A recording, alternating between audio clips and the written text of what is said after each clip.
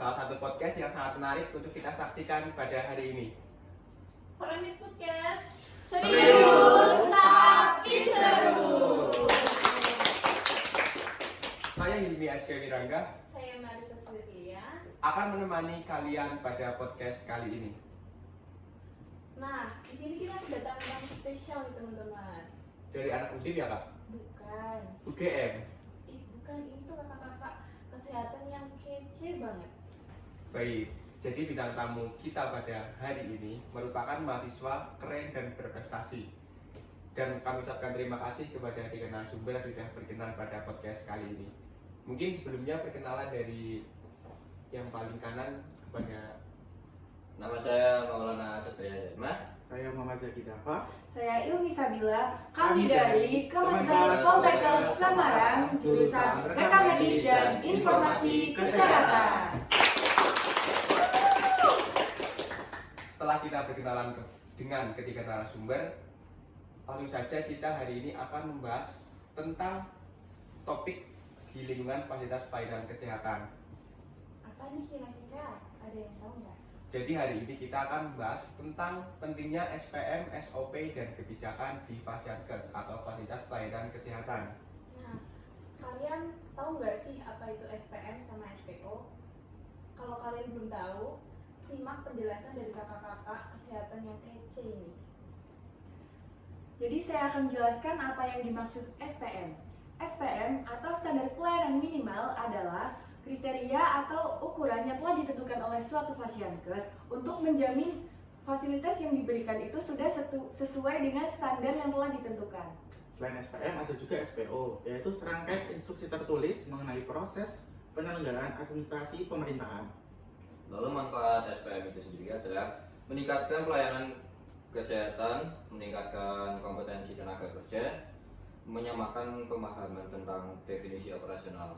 Lalu ada SOP yang manfaatnya adalah menjaga konsistensi, lalu meminimalisir kesehatan, lalu memudahkan alur kerja. Nah, dengan kita sudah mendengar penjelasan dari kakak ini, sekarang kita udah paham kan SPO dan SPM. Tapi yang ingin tanya kepada tiga narasumber, apakah kalian pernah dengar ada petugas yang tidak patuh terhadap SPO atau SPM dan kebijakan tersebut? Dan biasanya apa kalian yang pernah dengar itu apa gitu, kayak kesalahan yang mereka lakukan?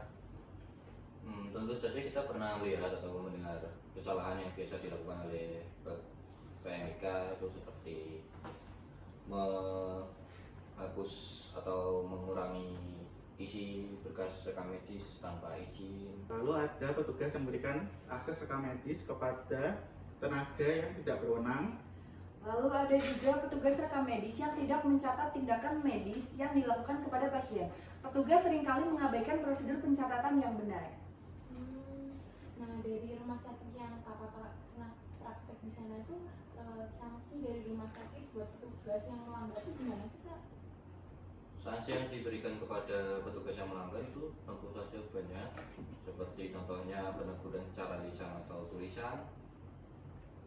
Selain teguran lisan ada juga pemberian surat peringatan. Surat peringatan itu ada dua. SP1 diberikan ketika petugas baru pertama kali melakukan kesalahan. SP2 diberikan ketika petugas melakukan kesalahan yang sama dan tidak ada perubahan. Nah, mungkin jika petugas sudah melakukan kesalahan yang berulang-ulang, mungkin petugasnya itu bisa sampai di PHK karena kesalahannya itu bisa berakibat fatal kepada pasien dan standar operasional rumah sakit. Jadi itu kalau kayak petugasnya tuh baru gitu kan, kayak baru pertama kali ngelakuin itu biasanya tuh apa kak? Lisan dulu apa langsung dapat SP? Lisan dulu. Lisan dulu ya.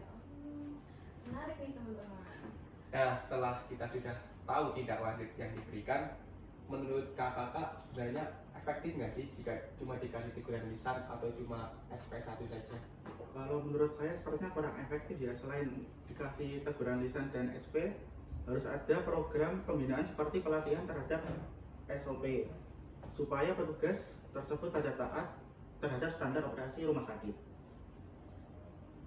Nah, ternyata tuh SPO sama SPM tuh penting banget ya buat berdirinya suatu fasyankes.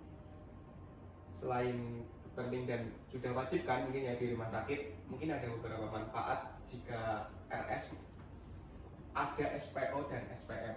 Mungkin manfaat yang pertama yaitu menjaga keselamatan pasien, yang kedua meningkatkan pelayanan atau mutu, yang ketiga menghindari tuntunan malpraktik. Kayak bisa buat meningkatkan akreditasi rumah sakit gitu juga. Betul.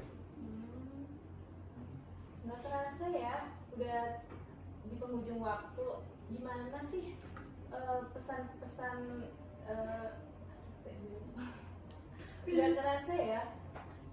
nggak kerasa ya, udah di penghujung waktu. Gimana sih kesan-kesan sobat remix? Seru. Seru banget. Ulangin. Nggak kerasa ya, udah di penghujung waktu. Gimana nih pesan-pesan sobat remix? Seru. Setelah mendengar dari penjelasan ketiga narasumber, banyak pelajaran yang bisa kita ambil. Terima kasih buat kamu yang sudah menyaksikan sampai akhir podcast ini. Jangan lupa like, komen, dan subscribe. Dan sampai ketemu di episode selanjutnya. Foramik Podcast. Serius tapi seru.